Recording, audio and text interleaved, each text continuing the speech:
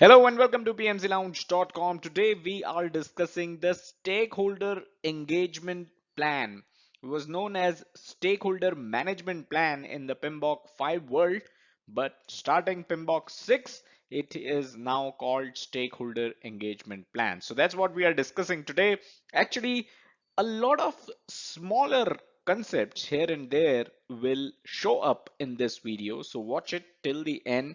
This is going to be helpful.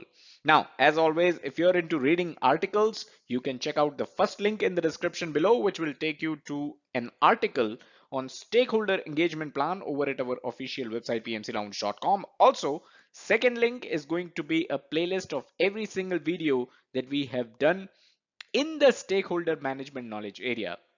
We have also answered your questions, so that will be the third link in the description below, where we have answered your FAQs in our series known as Lounge Fever. All right, let's get started.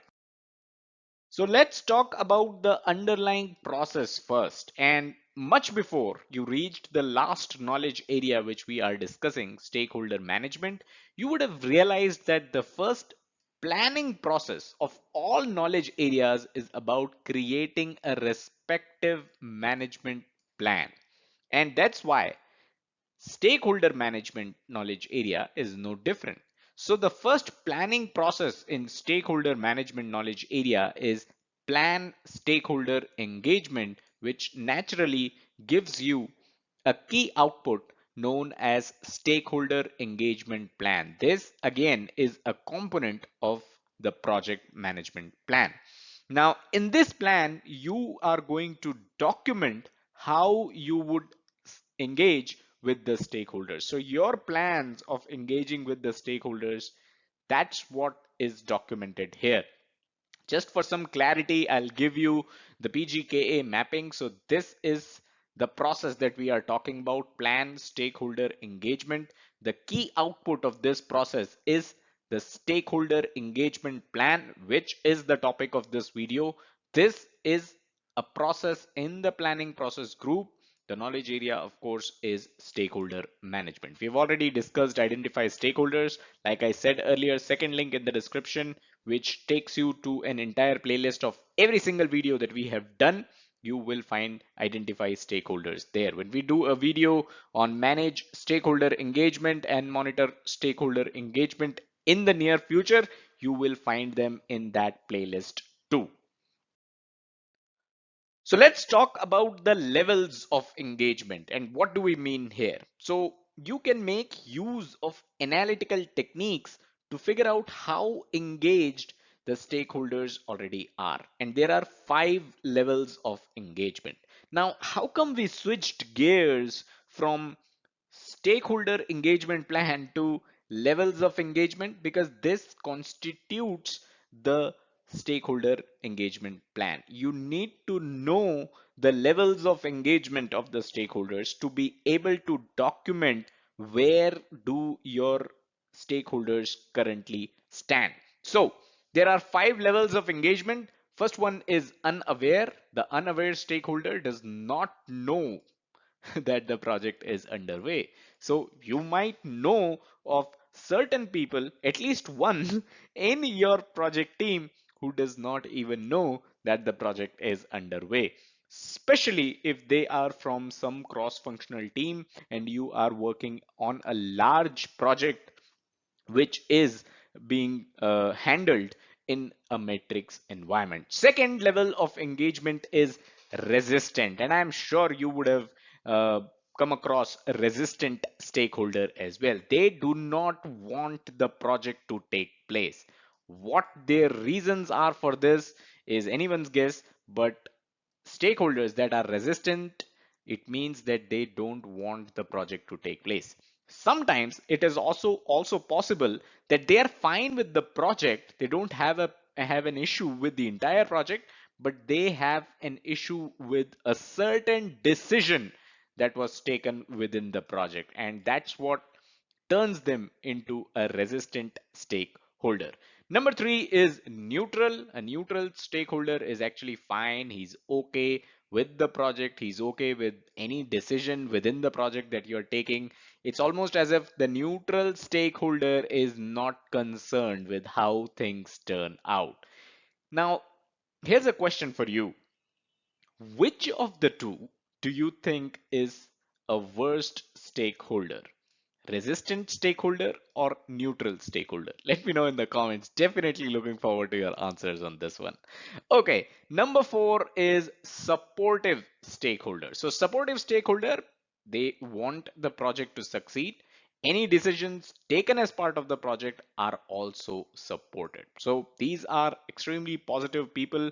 They are the ones that are going to push you towards success. So you should have as many supportive stakeholders as possible. Finally, the fifth level of engagement is leading. They are leaders and they are the ones that are actively helping the project to succeed. So they can lead you. If you want them to run a meeting because you are busy, they can possibly do that too. So they are leaders in your project team. You should have as many leaders as possible, but then if you have all leaders in your project team, that is also not a good sign. You need all kinds of people, but definitely if someone is a resistant stakeholder, you should think how you can turn them into a supportive stakeholder. And we'll talk about this in a bit. A quick reminder, our 1.5 hour session, Project Management 101, is totally free. You can check out pmclounge.com/pm101, your gateway to the world of project management. Now let's talk about the stakeholder engagement matrix. And what does this mean? We just talked about the 5 levels of engagement, right?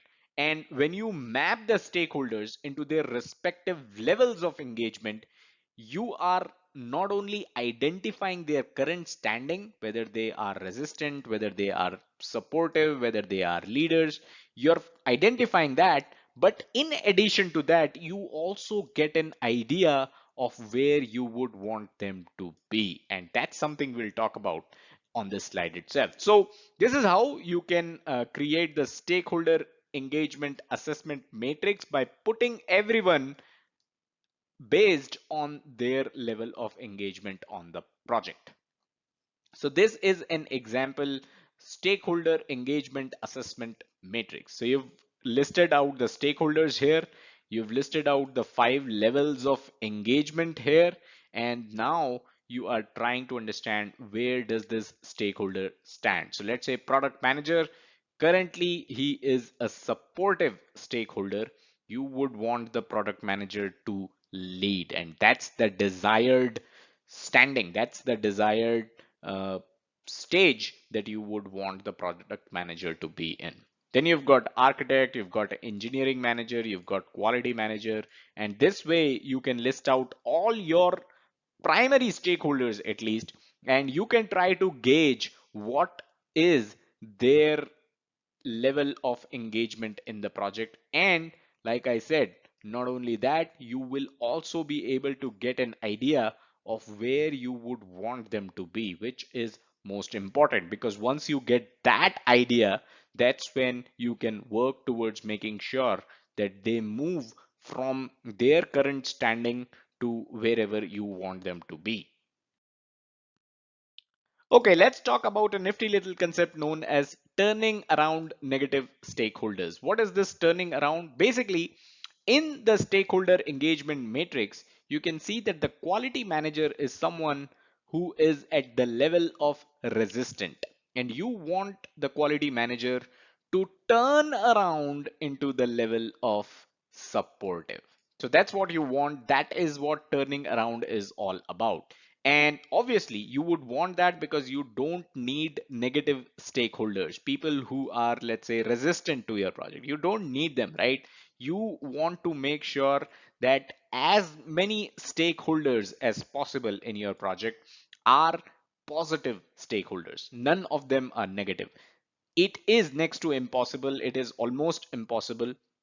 You may have certain teams that work together for project after project, and they may become, all of them may become positive stakeholders. That is a possibility. But in a projectized environment where people come in together for just one project, it is definitely a much more difficult task to have all stakeholders be positive stakeholders. So you should put in a lot of efforts to make sure that you turn around a negative stakeholder into a positive stakeholder. But you might want to do so, especially if the negative stakeholder, the quality manager, is someone with a lot of clout, with a lot of influence. So even in the projectized environment, if you see that there is a stakeholder who has a lot of influence, then you need to make sure that then it becomes much more important for you that this stakeholder turns from a negative stakeholder to a positive stakeholder. Finally, another element that you should know of when it comes to the stakeholder engagement plan is the communication requirements. And this is basically all about making sure that the stakeholders which we listed in the stakeholder engagement matrix, how often, that's the first question, and in what detail, that's the second question, should you be communicating with every stakeholder listed in the stakeholder engagement matrix? I repeat, how often should you communicate to all the stakeholders? And number two, in what detail should you communicate with them? That is part of the communication requirements. This is also something which is documented in your stakeholder engagement plan. Okay, so the question for this video, have you ever turned around, we're using that term, have you ever turned around a negative stakeholder and how did you do it? Now, obviously, you're not going to find the answer to this question in the Rita Mulcahy book or in the PMBOK guide. This question may not even show up in your PMP exam, will most likely not show up in your PMP exam because this has nothing to do with bookish knowledge. This is real life project management experience, and your experience is what I would like to read in the comments. So would love to engage with you on this question. Let me know if this has ever happened to you. So that's all that we had in this video. We covered a lot of little concepts here and there, and that is why this video is very important. You might want to see it again if you missed something out. Smash that like button if you got value out of it, subscribe to the channel and hit the bell icon to stay notified. Also, don't forget to check out the website pmclounge.com, your number one free PMP resource. Thank you.